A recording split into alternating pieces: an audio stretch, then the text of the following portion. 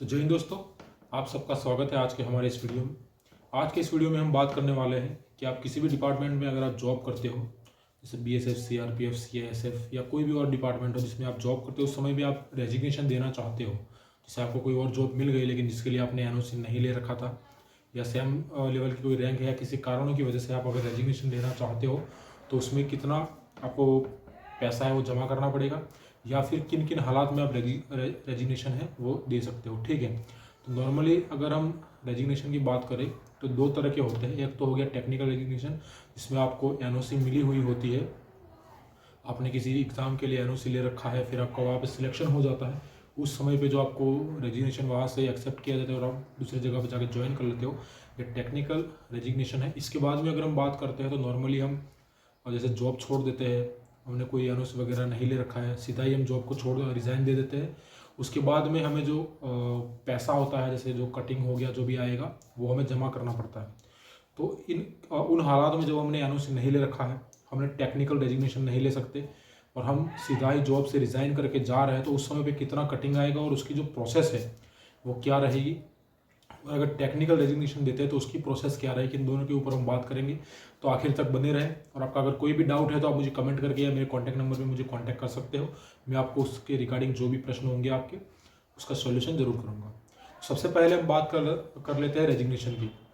देखिए, रेजिग्नेशन आप जब जॉब को छोड़ रहे हो या आपकी कई और जगह जॉब लग गई है लेकिन जिसके लिए आपने एनओसी नहीं ले रखा है, तो उस समय भी आप अगर जॉब छोड़ोगे तो वो रेजिग्नेशन ही माना जाएगा और उस समय आपको जो टेक्निकल रेजिग्नेशन है उसका फ़ायदा नहीं मिलेगा। तो इसमें होता क्या है कि जैसे आप जॉब छोड़ रहे हो तो सबसे पहले आपको एक एप्लीकेशन लिखना पड़ेगा। जो भी आपके कमांडिंग ऑफिसर है उनके नाम पे आपको एप्लीकेशन लिखना है, जिसमें लिखना पड़ेगा कि आप किस कारण की वजह से आप रिज़ाइन देना चाहते हो।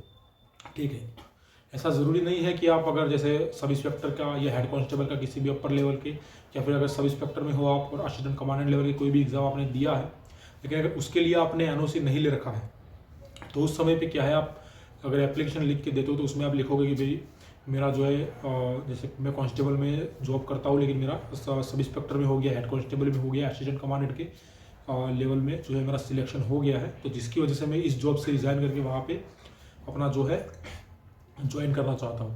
तो उस समय भी आपको टेक्निकल रेजिग्नेशन नहीं मिलेगा, आपको जो है नॉर्मल रेजिग्नेशन दे के ही जाना पड़ेगा। उसके बाद में जैसे कई बंदे हैं, जैसे किसी एक डिपार्टमेंट में कांस्टेबल में जॉब करते हैं लेकिन जैसे उनका सब पुलिस में उनका सिलेक्शन हो गया, लेकिन उस समय अगर वो बोलेंगे कि मेरा पुलिस कांस्टेबल में हुआ है, तो आपको नॉर्मली जो रेजिग्नेशन है वो एक्सेप्ट नहीं किया जाता है।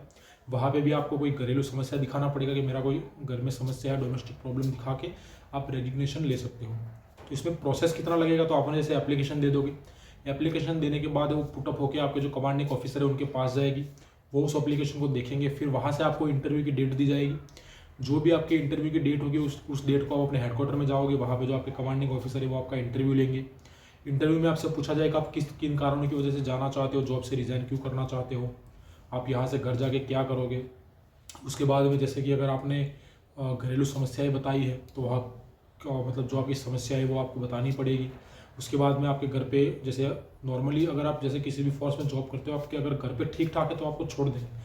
अगर आप वहाँ पे बताओगे कि मेरे घर में ठीक नहीं है, पैसे मतलब मैं सिर्फ जॉब से ही आते थे, तो उस समय भी कभी कभार आपको छोड़ते नहीं है, क्योंकि वहाँ पे यही बताएंगे भाई तेरी कोई समस्या है तो छुट्टी लेके चला जा, या ज़्यादा छुट्टी दे देंगे आपको, बोलेंगे ठीक है तो भाई 3 महीने 6 महीने बाद आना, तो बाद में ज्वाइनिंग कर लेना है, तब तक तेरी समस्या सॉल्व ना हो जाए तब तक।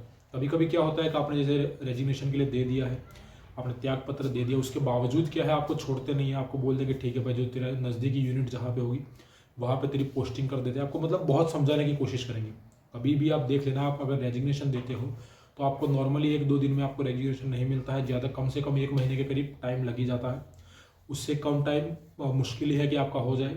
आप 15-20 दिन या 1 महीना मान के चलो, उतना टाइम लग ही जाता है। उसके अंदर भी अगर आपका ठीक ठाक, अगर अफसर ठीक है, आपने अगर प्रॉब्लम बताई, आपके घर पे सब ठीक ठाक है, तो वहाँ पे भी आपको जल्दी से छोड़ दिया जाता है, क्योंकि अफसर भी देखता है कि हाँ भाई ये बंदा ठीक है, इसका घर परिवार ठीक ठाक है, घर पे आराम से जितना यहाँ कमाता है उतना कमा लेगा।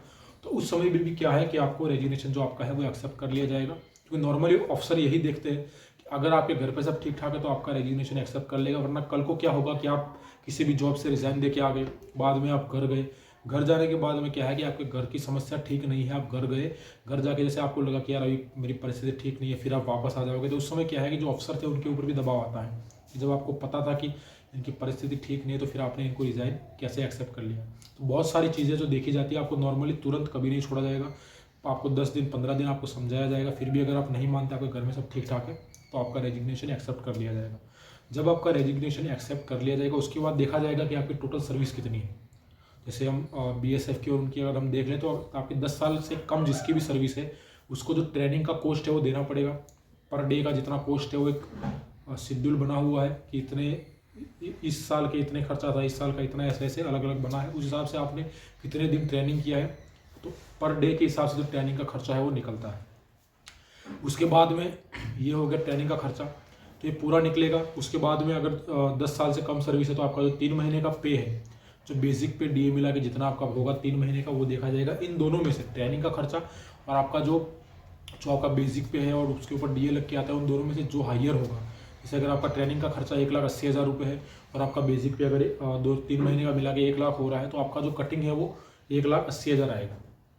अगर कोई बंदा 9 साल की सर्विस करके जा रहा है, तो उस समय क्या है, उसका जो बेसिक पे ज़्यादा होगा, ट्रेनिंग का खर्चा कम होगा, तो उस समय पे जो उसका 3 महीने का बेसिक पे है वो लिया जाएगा। मतलब नॉर्मली आप देख लो कि 3 महीने का बेसिक पे और आपका जो ट्रेनिंग का खर्चा है, इन दोनों में से जो ज़्यादा होगा वो आपसे कटिंग के थ्रू लिया जाएगा।